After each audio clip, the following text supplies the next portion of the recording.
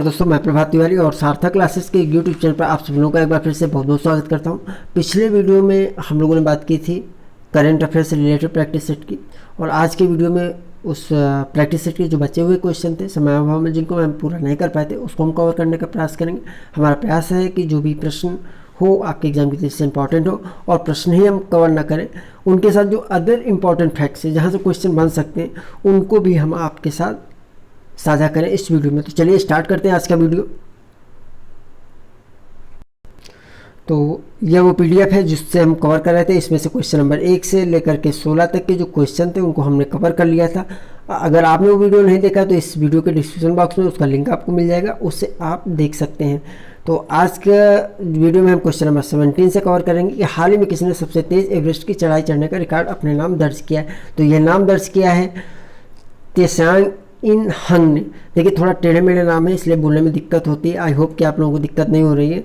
तो त्सांग इन हंग हांगकांग की एक शिक्षिका है जिन्होंने यह चढ़ाई 25 घंटे 50 मिनट में पूरी की। अब प्रश्न बनता है कि महिला के नाम ये है।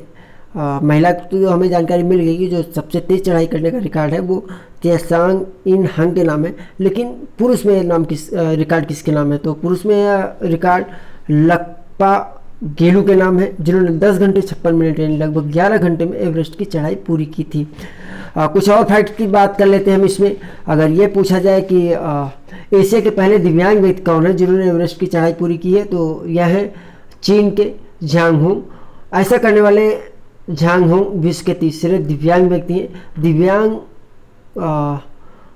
विश्व के तीसरे दिव्यांग व्यक्ति हैं और एशिया के पहले। साथ ही साथ जब त्सांग इन हंग ने अपना रिकॉर्ड बनाया था तो उसी समय अमेरिका के सबसे अधिक उम्र दराज व्यक्ति ने भी रिकॉर्ड बनाया था एवरेस्ट में चढ़ाई चढ़ने का। तो इनका नाम है आर्थर मुर, जो कि शिकागो के निवासी और 75 वर्ष की उम्र में इन्होंने ये रिकॉर्ड बनाया हुआ है। तो अब आगे बढ़ते हैं अगले क्वेश्चन में। जापानी सरकार द्वारा हाल ही में ऑर्डर ऑफ राइजिंग सन से किसे सम्मानित किया गया? तो जापान सरकार द्वारा ऑर्डर ऑफ राइजिंग सन, जो कि जो मेरे पास डेटा है जो मैं सर्च कर रहा था कि ऑर्डर ऑफ राइजिंग सन की शुरुआत कब से हुई थी, तो 10 अगस्त 1875 मुझे डेट मिली है।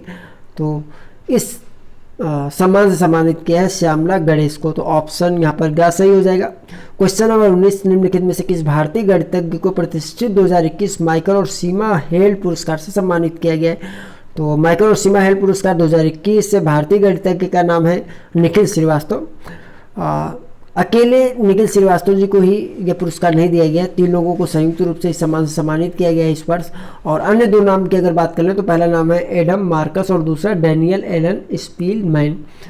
और आखिरकार इन लोगों को इस पुरस्कार से क्यों सम्मानित किया गया, तो इसके पीछे का कारण क्या है इस पर भी नज़र डाल लेते हैं। तो कैडसन सिंगर समस्या है मैथमेटिक्स में, और एक समस्या और है मैथ्स या गणित में रामानुजम ग्राफ द्वारा समस्या को हल करना। तो इस दोनों ही समस्याओं के माध्यम से समस्या को हल करने में प्रॉब्लम आ रही थी, जिसका सुझाव दिया गया है निखिल श्रीवास्तव, एडम मार्कस और डेनियल एलन स्पीलमैन के द्वारा, जिस कारण से इन तीनों लोगों को संयुक्त रूप से माइकल और शीला हेल्ड 2021 पुरस्कार से सम्मानित किया गया है। एक बार समस्या फिर देख लीजिए। कैडसन सिंगर समस्या और रामानुजम ग्राफ पर समस्या को हल करने के लिए जो सुझाव दिया गया है या जो विधि बताई गई, इसके लिए इनको सम्मानित किया गया है। तो राइट आंसर ये हो जाएगा। हाल ही में दुनिया के सबसे अमीर व्यक्ति कौन बने? हाल ही में देखिए क्या होता है कि अगर कोई पहली लिस्ट आती है उसमें अमीर व्यक्ति का नाम और वहाँ से क्वेश्चन बन गए, क्योंकि पेपर सेटर जो होगा आपका, आप ये सोचिए कि वो प्रश्न कहाँ से लेंगे। स्वाभाविक करंट अफेयर्स के लिए जो दूसरे रिसोर्सेज है वहाँ से प्रश्न उठाने का प्रयास किया जाएगा। उस कंडीशन में अगर पूरी जानकारी आपके पास नहीं है तो हो सकता है कि या तो क्वेश्चन डिलीट हो जाए या आपका जो उत्तर है वो गलत हो जाए। तो इसमें मैंने जो सर्च किया तो मुझे 2 लिस्ट मिली है। जनवरी 2021 की अगर हम बात कर लेते हैं तो ब्लूमबर्ग अरबपतियों की सूची आई थी, जबकि अप्रैल 2021 में फोर्ब्स की 35वीं सूची जारी की गई अरबपतियों से संबंधित। तो जो जनवरी 2021 की लिस्ट आई थी ब्लूमबर्ग अरबपतियों की सूची, उसमें पहला स्थान दिया गया था एलोन मस्क का, और काफ़ी चर्चा में थी ये न्यूज़। जबकि अभी फोर्ब्स की 35वीं सूची अप्रैल 2021 में आई है, उसमें एक बार फिर से 2017 से अभी तक लगातार 4 सालों से जेफ बेजोस जो है दुनिया के सबसे अरबपति सबसे अधिक धनी व्यक्ति हैं। तो इस तरीके से 2 ऑप्शन यहाँ पर एलोन मस्क और जेफ बेजोस। ध्यान आपको ये रखना है कि प्रश्न में आपसे क्या पूछा गया है। ब्लूमबर्ग अरबपतियों की सूची के संदर्भ में पूछा गया है, या फोर्ब्स की जो 35वीं सूची अभी हाल में आई है उससे संबंधित आपका क्वेश्चन है। तो यहाँ पर ए और सी दो आंसर हो जाएंगे। क्वेश्चन नंबर 21, भारत 119 एथलीटों से टोक्यो ओलंपिक के लिए कितने लोगों का दल भेजा है? तो जैसा आप लोग जानते हैं कि टोक्यो में ओलंपिक हो रहे हैं, 23 जुलाई से लेकर 8 अगस्त तक ओलंपिक होना है, और इसमें भारत की ओर से 119 लोगों के साथ में जो पूरा दल गया है 228 लोगों का गया है। इसमें 119 लोगों में अगर एथलीट की बात कर लें, कितने पुरुष एथलीट हैं, कितनी महिला एथलीट है, तो इसमें से 67 पुरुष है, यानी 67 पुरुष खिलाड़ी हैं और 52 महिला प्रतिभागी हैं। ये सभी 119 एथलीट कुल 85 पदक स्पर्धाओं में भाग लेंगे। तो ये पूरा डेटा इससे संबंधित, तो सही ऑप्शन डी हो जाएगा 228।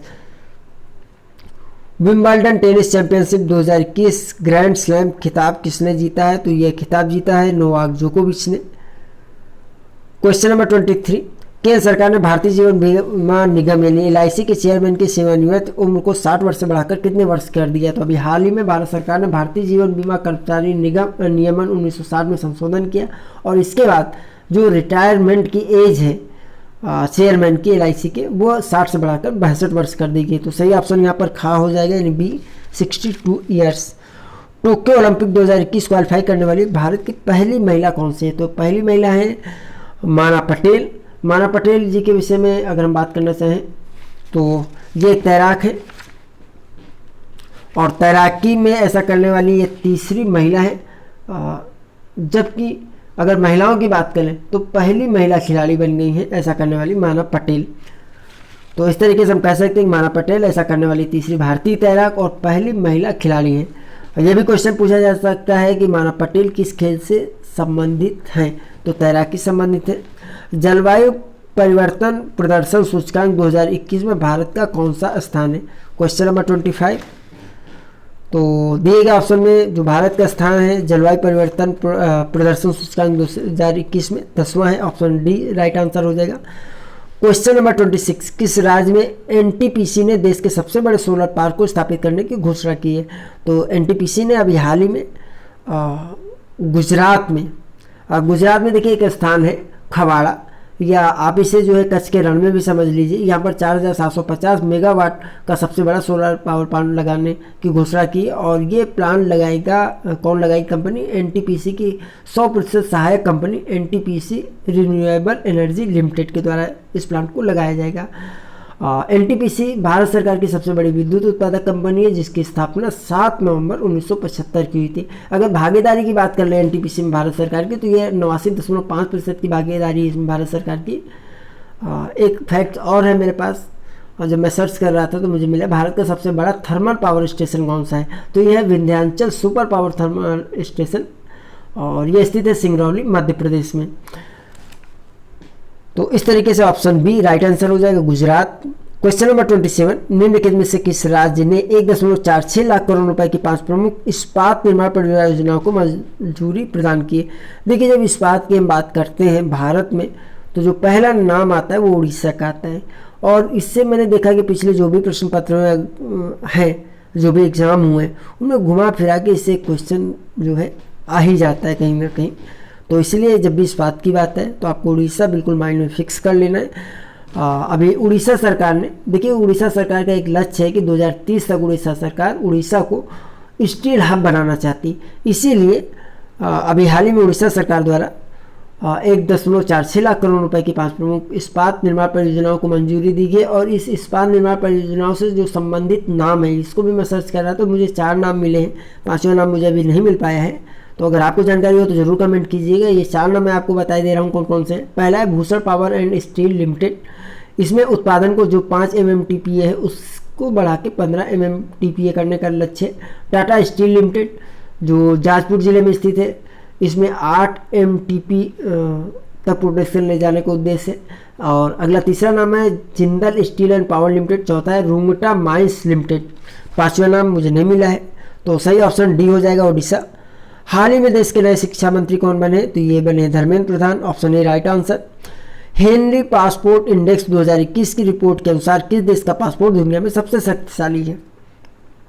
देखिए सबसे शक्तिशाली की बात हम बाद में कर लेंगे, सबसे पहले हम भारत की स्थिति इसमें देख लेते हैं। तो इस बार जो भारत को 6 पायदान का नुकसान हुआ, जहाँ पिछली बार जो भारत का पासपोर्ट था वो 84वीं रैंकिंग पर था, इस बार 90 रैंकिंग पर है, 90वें स्थान पर भारत का पासपोर्ट। और भारत का पासपोर्ट 58 देशों में फ्री वीज़ा या वीज़ा ऑन अराइवल की सुविधा देता है। अब नंबर 1 की बात कर लेते हैं अपने प्रश्न में। तो जो दुनिया का सबसे शक्तिशाली पासपोर्ट है, हेनली पासपोर्ट इंडेक्स 2021 के अनुसार, वह है जापान का।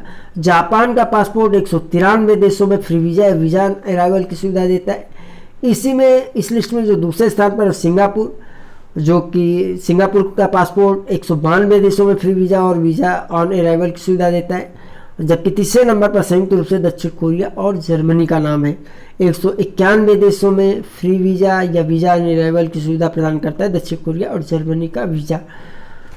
तो ये जानकारी थी हेनरी पासपोर्ट इंडेक्स 2021। मुझे नहीं लगता कि इसके बाहर कोई क्वेश्चन पूछा जाएगा इस अगर हेनरी पासपोर्ट इंडेक्स से आएगा। और तीसरा क्वेश्चन और लास्ट क्वेश्चन इस प्रैक्टिस सेट का, महिला फुटबॉल एशियाई कप 2022 का आयोजन निम्न में से किस देश में किया जाएगा। तो सबसे रोचक तथ्य जो आपको याद रखना है कि 1979 इन 1979 के बाद ये पहला मौका है 2022 में आएगा जब भारत महिला फुटबॉल एशियाई कप 2022 की मेज़बानी करेगा। तो इससे पहले 1979 में भारत ने मेज़बानी की थी महिला फुटबॉल एशियाई की, और इस बार 2022 में भी भारत को ये अवसर दिया गया है। तो दोस्तों ये आज का करंट अफेयर्स का प्रैक्टिस सेट था। आगे भी मैं लगातार प्रयास कर रहा हूँ कि अधिक से अधिक प्रैक्टिस सेट या स्टडी मटेरियल आप लोगों को यूट्यूब चैनल पर भी प्रोवाइड कराया जाए। वैसे अगर आप कंप्लीट तैयारी करना चाहते हैं यूपीएससी असिस्टेंट प्रोफेसर की, तो आप सार्थक क्लासेज ऐप डाउनलोड करके स्टोर में विजिट कर सकते हैं। और हार्ड कॉपी से अगर आप पढ़ना चाहते हैं, आपका रुझान हार्ड कॉपी से पढ़ने का है, तो उसके लिए आप हमसे हमारे व्हाट्सएप नंबर 950651 पर व्हाट्सएप करके जानकारी प्राप्त कर सकते हैं। हार्ड कॉपी के संदर्भ में मंगा सकते हैं आप। और एक और बात आपको बता दें कि जीआईसी का एग्ज़ाम है जो 1-2 महीने बाद में, उसके लिए प्रैक्टिस सेट जो नया पैटर्न है बिल्कुल आपका 40 प्रश्नों का, उसको जो आपका पाठ्यक्रम है उसके आधार पर हमने तैयार करा दिया और ऐप में उपलब्ध करा दिया है। तो उसको आप एसेस कर सकते हैं। ऑल दो अभी 1-2 दिन उसमें करेक्शन का वर्क हमारे पास चल रहा है। सारे मैं क्वेश्चन उसमें एक बार क्रॉस चेक कर रहा हूँ, किसी तरह कोई क्वेश्चन गलत ना हो या कोई टाइपिंग में मिस्टेक ना हो। तो जो भी मुझे मिलता जा रहा है उसको भी मैं 1-2 दिन में अपडेट कर दूंगा। तो मुझे ऐसा लगता है कि जीआईसी में जो जीके का पार्ट है, क्योंकि 80 क्वेश्चन आने हैं इस बार, और 40 क्वेश्चन आने हैं जीएस से जीआईसी के एग्ज़ाम में, जो कि कंपलसरी है सभी विषयों के लिए, और 80 क्वेश्चन आएंगे आपके सब्जेक्ट से। नेगेटिव मार्किंग भी है 1/3, तो काफ़ी टफ हो जाता है जीआईसी का एग्ज़ाम। तो इसी को ध्यान में रखते हुए 20 प्रैक्टिस सेट प्लस अभी मैंने 3 प्रीवियस ईयर पेपर भी दिए हैं उसमें। और आगे मैं कोशिश करूंगा कि अगर कुछ और प्रश्न पत्र तैयार हो सकते हैं तो उनको भी ऑनलाइन टेस्ट में मैं साइन कर दूं। तो आप भी अगर जीआईसी की तैयारी कर रहे हैं तो जीके पार्ट के लिए आप टेस्ट सीरीज़ ले सकते हैं सार्थक क्लासेज ऐप से। तो आज के वीडियो में दोस्तों इतना ही। हम आपसे फिर मिलते हैं अगले वीडियो में कुछ नई जानकारी के साथ। तब तक के लिए नमस्कार।